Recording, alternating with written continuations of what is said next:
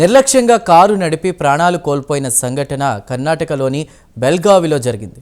ఆటోను కారు ఢీకొన్న తర్వాత ఆటో డ్రైవర్కు కారు యజమానికి మధ్య వాగ్వాదం చోటు చేసుకుంది. ఇలాంటి చిన్న చిన్న వాగ్వాదాలే ప్రాణాలు తీస్తున్నాయి. మాట పెరిగి చివరికి చేతల వరకు వస్తోంది.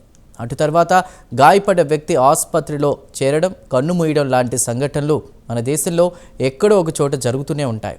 తాజాగా అలాంటి సంఘటన మన పొరుగున ఉన్న కర్ణాటకలో జరిగింది. ఓ చిన్నపాటి తగాదా కాస్త ప్రాణాల మీదకు తెచ్చింది. చనిపోయింది కూడా సాదాసీదా వ్యక్తి కాదు, అతను మాజీ ఎమ్మెల్యే. ఓ ఆటో డ్రైవర్తో మొదలైన వాగ్వాదం కాస్త భౌతిక దాడులకు దారితీసింది. ఆటో డ్రైవర్ ముష్టిఘాతాలకు ఆ మాజీ ఎమ్మెల్యే కన్ను మూశాడు. ప్రత్యేక కథనంలో మాజీ ఎమ్మెల్యే మృతికి గల కారణాల గురించి మరింత సమాచారాన్ని తెలుసుకుందాం.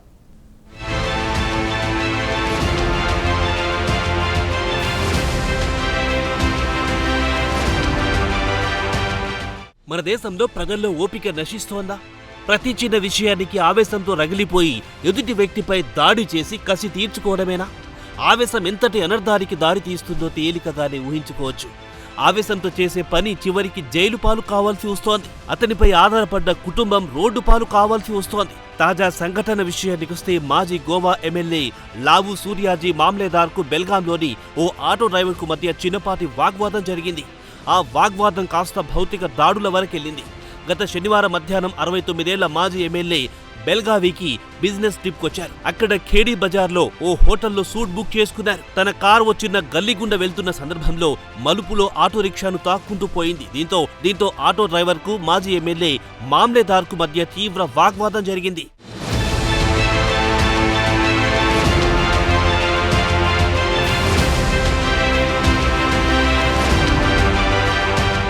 ఇక ఆటో డ్రైవర్ డిమాండ్ విషయానికొస్తే ఆటో డ్యామేజ్ అయ్యింది, దానికి పరిహారం ఇవ్వాల్సిందేనని పట్టుబట్టాడు.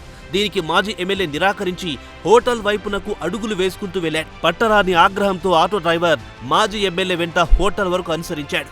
హోటల్ వద్ద ఉన్న పార్కింగ్ ఏరియాలో ఆటో డ్రైవర్ మాజీ ఎమ్మెల్యే చెంప చెల్లుమనిపించాడు. వెంటనే అప్రమత్తమైన మామ్లేదార్ పరుగున హోటల్ మెట్లెక్కి తన సూట్ కు చేరుకోవాలనుకున్నాడు. ఆ తొందరలో ఆయన హోటల్ రిసెప్షనిస్టు కౌంటర్ వద్ద కుప్పకూలిపోయాడు. హోటల్ సిబ్బంది ఆయనను తక్షణమే సమీపంలోని గవర్నమెంట్ సివిల్ ఆసుపత్రికి తరలించారు. అప్పటికే ఆయన చనిపోయినట్టు డాక్టర్ నిర్ధారించారు. ఆ ఘటనంతా సీసీటీవీలో రికార్డ్ అయ్యింది. వెంటనే పోలీసులు ఆటో డ్రైవర్ను అరెస్ట్ చేశారు.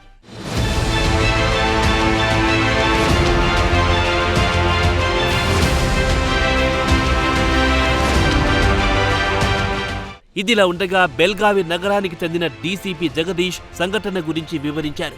ఆటో డ్రైవర్ను అదుపులో తీసుకున్నామని చెప్పారు. కాగా ఆటో డ్రైవర్ షకీల్ సనాది మాజీ ఎమ్మెల్యేను దారుణంగా కొట్టాడని చెప్పారు. ప్రస్తుతం విచారణ జరుగుతోందన్నారు. అధికారులు కూడా మాజీ ఎమ్మెల్యే మృతికి కారణాల గురించి దర్యాప్తు చేస్తున్నారు. అతని మృతికి గల కారణాలేంటి, దీర్ఘకాలంగా ఆయన ఏమైనా అనారోగ్యంతో బాధపడుతున్నాడా అనే విషయాలు దర్యాప్తులో తేలుతుందన్నారు. కాగా నిందితుడు సనాదీని క్రైమ్ సీన్ స్పాట్ కు తీసుకొచ్చి నేరం జరిగిన తీరు గురించి దర్యాప్తు చేస్తున్నారు. ఇక మామ్లేదార్ కుమార్తె అక్షతా మామ్లేదార్ గోవాలో అడ్వకేట్. ఆమె శనివారం నాడు బెల్గావికొచ్చి కేసు నమోదైన మార్కెట్ పోలీస్ స్టేషన్ వద్దకొచ్చి తన తండ్రి మృతికి సంబంధించి అధికారికంగా పోలీసులకు కంప్లైంట్ ఇచ్చారు.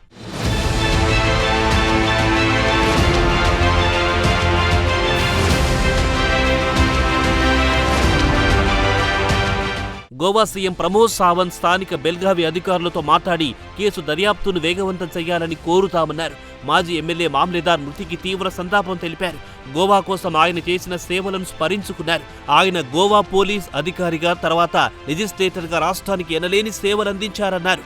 ఆయన సేవలను రాష్ట్ర ప్రజలు ఎప్పుడు గుర్తు చేసుకుంటారని గోవా సీఎం తన సంతాప సందేశంలో చెప్పుకొచ్చారు. ఇక మామ్లేదార్ సబ్ ఇన్స్పెక్టర్ గా 1981లో గోవాలో పోలీస్ డిపార్ట్మెంట్లో చేరారు. అటు తర్వాత 2007లో ఆయన డిప్యూటీ ఎస్పీగా స్వచ్ఛంద పదవి విరమణ చేశారు. 2009లో మామ్లేదార్ తనపై హత్యాయత్నం జరిగిందని పోలీసులకు ఫిర్యాదు చేశాడు.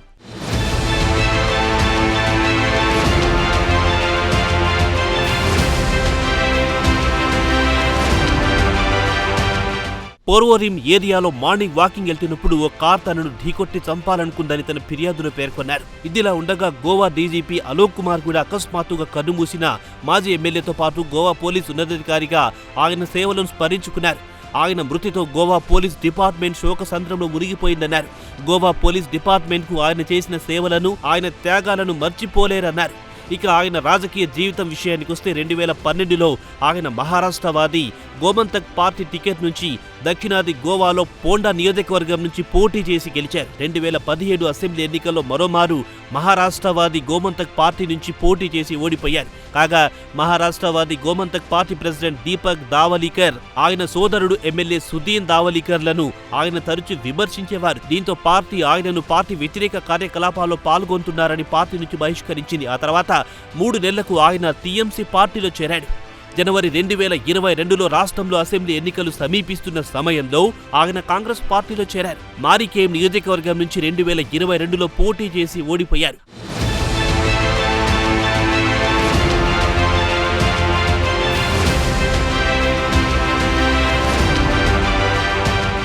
ఆటో డ్రైవర్ దాడిలో మృతి చెందిన కాంగ్రెస్ నాయకుడు లావు సూర్యాజీ మామ్లేదార్ బిజినెస్ ట్రిప్ కోసం బెల్గావికొచ్చాడని చెబుతున్నారు.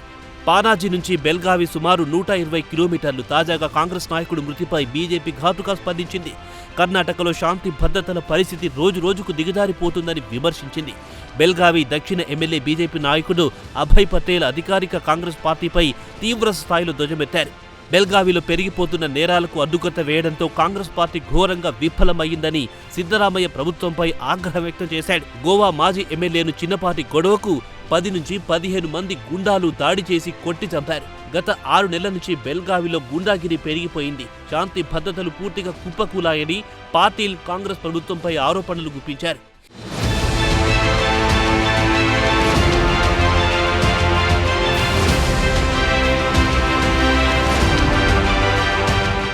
బెల్గావిలో గ్యాంబ్లింగ్, మట్కా లాంటి చట్ట వ్యతిరేక కార్యకలాపాలు పుంజుకున్నాయి. ఇక్కడి యువకులు జూదానికి బానిసలవుతున్నారని బీజేపీ మండిపడుతోంది. ప్రస్తుతం మాజీ గోవా కాంగ్రెస్ ఎమ్మెల్యే మృతి కాస్త రాజకీయ రంగు పులుముకుంది. వాస్తవానికి జరిగింది ఇరుకు సందులో కారు ఆటోను ఢీకొట్టడం. దానికి బదులుగా ఆటో డ్రైవర్ తన ఆటో డ్యామేజ్ అయ్యినందున పరిహారం కోరడం. దానికి మాజీ ఎమ్మెల్యే నిరాకరించడం. ఆటో డ్రైవర్ కొట్టడంతో మాజీ ఎమ్మెల్యే కన్నుమూయడం జరిగింది.